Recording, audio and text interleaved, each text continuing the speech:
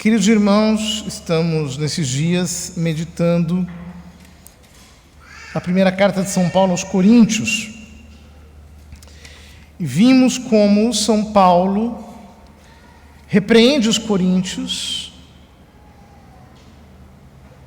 porque eles haviam partidarizado a igreja. Estavam disputando para ver quem era de Paulo, quem era de Apolo, como por trás disso estava escondida uma mentalidade errada. Eles achavam que os sacramentos criavam uma espécie de vínculo com a pessoa individual do ministro. E então, diziam que eram de Paulo porque tinham sido batizados por Paulo, que eram de Apolo porque tinham sido batizados por Apolo, e assim estavam causando uma divisão. Depois São Paulo mostra, e vimos ontem, a sua autoconsciência ministerial como um servo de Cristo e um administrador dos mistérios de Deus, que quer ser achado fiel. Então ele diz exatamente que o seu ponto de apoio, que também deveria ser o da comunidade dos coríntios, era olhar para o Senhor, aguardando que Ele venha para colocar todas as coisas em manifesto. Então ele continua e diz: apliquei essa doutrina a mim e a Apolo por causa de vós, para que o nosso exemplo vos ensine a não vos inchar de orgulho, tomando partido de um contra o outro, e a não ir além daquilo que está escrito. Ou seja, ele está explicando porque ele aplicou essa doutrina de se considerar servo de Cristo, administrador dos mistérios de Deus. Essa doutrina dizendo que ele, Apolo, o mundo, o presente, o futuro, pertencem a eles, aos fiéis, de tal modo que ele inverte a lógica. Não são vocês que são de Paulo, vocês que são de Apolo, somos nós que somos vossos. Mas vós sois de Cristo, Cristo de Deus. E nós temos que servir Cristo, o nosso olhar tem que estar voltado para Ele. Ele é o nosso ponto de referência. Ele diz: eu apliquei essa doutrina, a mim e a Apolo, por causa de vós, para que o nosso exemplo vos ensine a não vos inchar de orgulho. Ele vai explicar o que é isso. Com efeito, quem é que te fez melhor que os outros? O orgulho consiste nisso, em achar-se melhor que os outros, ou em querer ser igual aos outros, ou querer provar algo para alguém. O que tens que não tenhas recebido? O que, diante da consciência do que é o ministério, é uma verdade absurda. O ministro é alguém que toma daquilo que recebeu do Senhor, não toma de si. Simplesmente não tem sentido alguém achar-se melhor do que alguém do ponto de vista do ministério. Por quê? Se eu estou operando sobrenaturalmente, eu o faço justamente porque Deus me concedeu, não é algo que vem da minha natureza. Mesmo se viesse, Ele é o autor da minha natureza, Ele é o meu Criador, Ele é aquele que me sustenta no ser. Então tudo, absolutamente tudo, eu recebi, eu não tenho de que me orgulhar.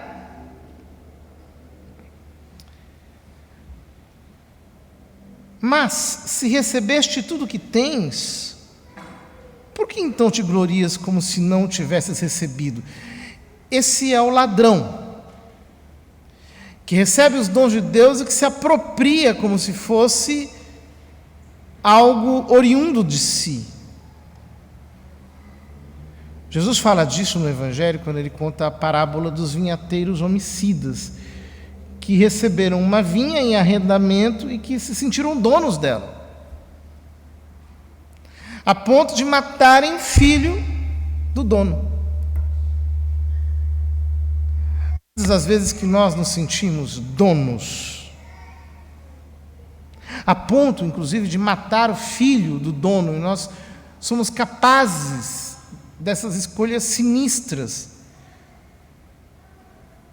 O que nós estamos fazendo é nos comportar como ladrões, tomando aquilo que Deus nos deu e considerando nosso.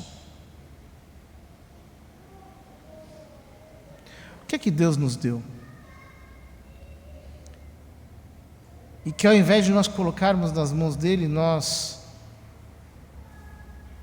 usurpamos em nosso próprio favor. A consciência da graça é algo que precisa permear a nossa existência. Eu tenho que olhar para o Senhor e entender que eu lhe devo tudo, tudo, absolutamente tudo. E por isso eu tenho para com Ele um reconhecimento total. Em relação a Ele eu não tenho direitos. Em relação a Ele eu tenho apenas o dever da gratidão, do reconhecimento, da entrega. E então São Paulo faz uma ironia. Ele diz: vós já estáis saciados, já vos enriquecestes, sem nós já começastes a reinar. Ele olha para a comunidade dos coríntios e diz: nossa, vocês já não precisam aprender mais nada, né? Estão saciados. Vocês já se enriqueceram, já se consideram autossuficientes. Vocês já estão reinando, já estão fazendo exatamente aquilo que vocês querem. Largaram a disciplina da obediência apostólica. Oxalá estivesses mesmo reinando para nós também reinarmos convosco. Porque ele diz: nós vamos reinar só na glória. Oxalá estivesses reinando na glória, porque nós estaríamos reinando convosco na glória, com todos os santos. No entanto, enquanto vós, coríntios, vos considerais tão felizes, tão contentes, tão saciados, tão plenos, tão enriquecidos, tão favorecidos, tão cheios de dons, como ele vai mostrar nos capítulos seguintes,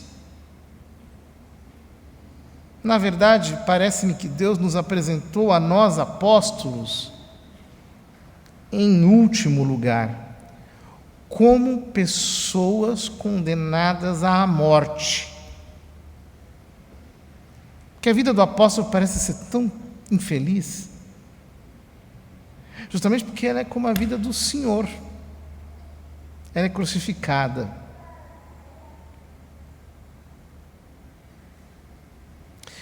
É bonito olhar para um ministério a partir dessa perspectiva. Por quê? Deus, Filho, é o grande herói da história. Assim como um capitão de um exército chega para o seu melhor soldado, aquele que ele mais ama, aquele que ele mais estima, e numa batalha terrível diz: olha, você é o meu melhor guerreiro, você vai à frente da batalha, você vai morrer, mas você vai dar a vida pela pátria. Assim, o Pai determinou acerca do Filho, e o Filho disse, segundo a carta aos Hebreus: eis que vem. Sobre mim está escrito no livro: com prazer faço a vossa vontade. O Filho foi como o herói do universo, para dar a sua vida, para entregá-la. Mas ele compartilha este heroísmo com aqueles que ele chamou para o ministério. E por isso os apresenta em último lugar como pessoas condenadas à morte. De São Paulo, tornamo-nos um espetáculo para o mundo, para os anjos e os homens. Todos olham para a vida do apóstolo e dizem: olha, que escândalo. Os judeus o odeiam, os gregos não o entendem, os pagãos querem condená-lo. E os próprios cristãos olham com menosprezo. Nós somos os tolos por causa de Cristo, vós, porém, os sábios nas coisas de Cristo. Sim, porque a doutrina apostólica fica, enquanto a vida do apóstolo vai. Ele torna os homens sapientes, enquanto ele é considerado tolo. Nós somos os fracos, porque sofrem o martírio. Vós, os fortes, porque foram fortalecidos com a robustez da palavra. Vós sois tratados com toda a estima e atenção, porque são santos, e são santos anônimos, atraem a admiração dos homens. Nós, os apóstolos, aqueles que pregam, somos tratados com todo o desprezo, porque somos individuados como os causadores disso. Até a presente hora, padecemos fome, sede e nudez. Fome como Cristo, que depois da Santa Ceia não comeu mais. Sede como Cristo, que no alto da cruz diz: tenho sede. Nudez como Cristo, que no alto da cruz foi despojado de suas vestes. Ou seja, nós estamos completamente carentes e não temos nada. Somos esbofeteados e vivemos errantes. Essa é a vida do apóstolo, consiste em apanhar, sem saber para onde ir, errante. Por isso, para ser apóstolo, é preciso ser herói. Porque exige a confiança total em Deus sem ter confiança nenhuma em nada. Está completamente nas mãos do Senhor. Fadigamo-nos trabalhando com as nossas mãos, com esse trabalho contínuo de acordar cedo, dormir tarde e dar a vida o tempo todo, entregá-la. Somos injuriados e abençoamos. Somos perseguidos e suportamos. Somos caluniados e exortamos. Tornamo-nos como que o lixo do mundo, a escória do universo até o presente. Essas são as credenciais do verdadeiro apostolado heróico como o do Senhor. A missão do apóstolo é justamente essa, é ser a escarradeira do mundo. Faz parte.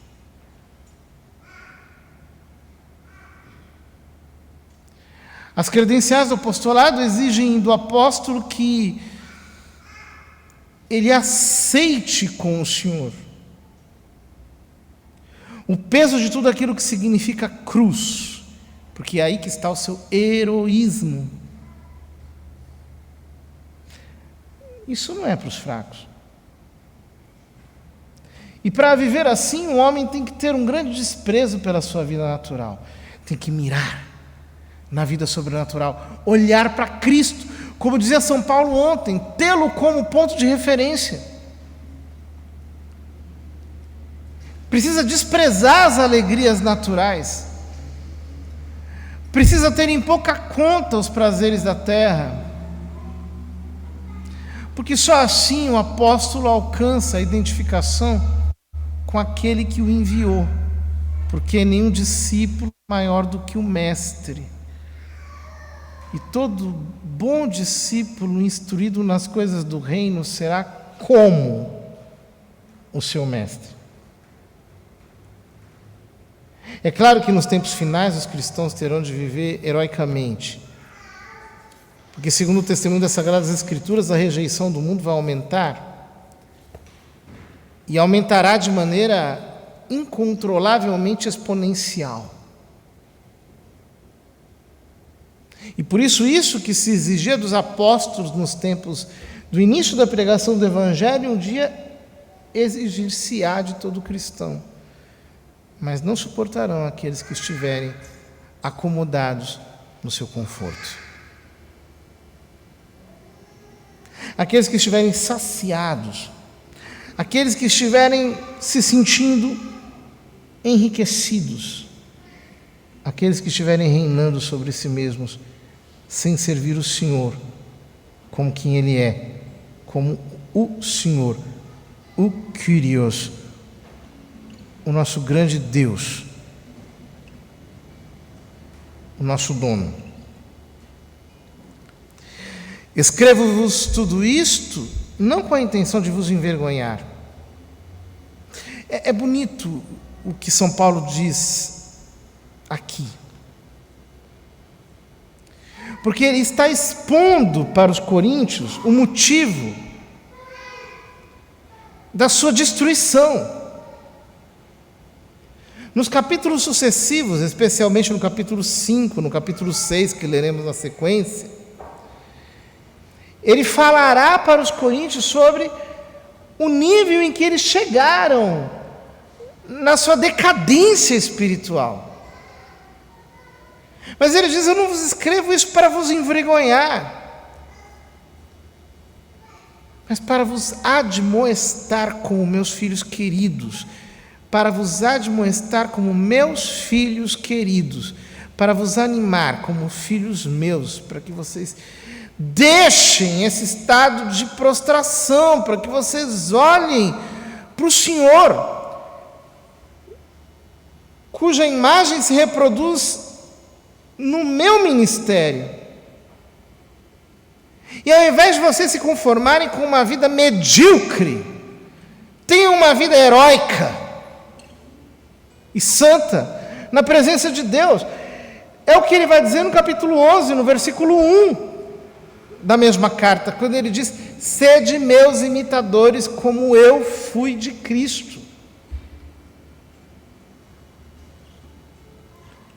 E por isso ele diz: eu falo como meus filhos que vocês são. E aí ele conclui e diz: de fato, mesmo que tivesseis 10.000 educadores na vida em Cristo, não tendes muitos pais, pois fui eu que pelo anúncio do Evangelho vos gerei em Jesus Cristo. Ele mostra a sua paternidade espiritual sobre os coríntios. Porque o ministério comporta uma verdadeira paternidade, uma paternidade espiritual, que é maior do que a paternidade natural. Porque a paternidade natural gera para a vida temporal.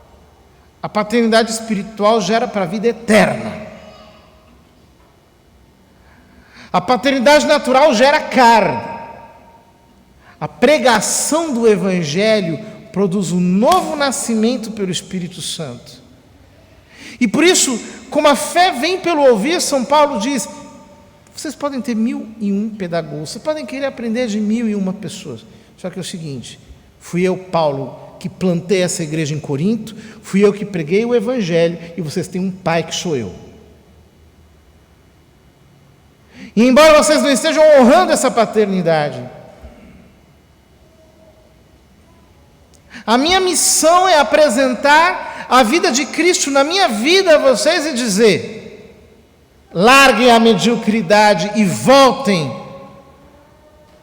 para a credencial do apóstolo.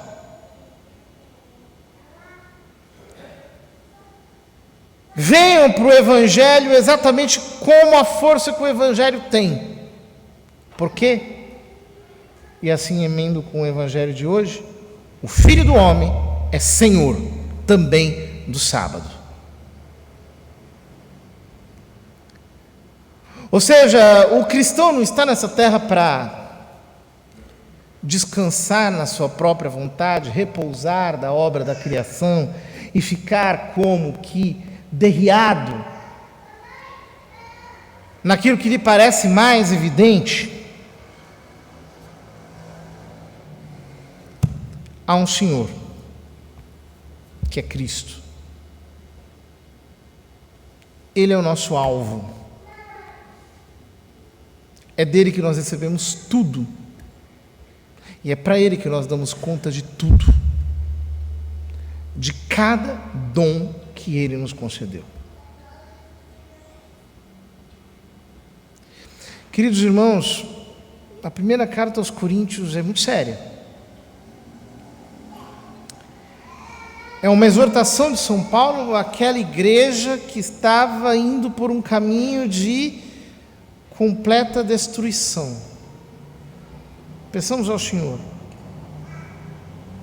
que as advertências do apóstolo nos levem a que nos encontremos novamente neste ponto de referência único que devemos ter, que é Cristo como nosso Senhor, aquele a quem damos toda a nossa existência, como veremos na liturgia de amanhã.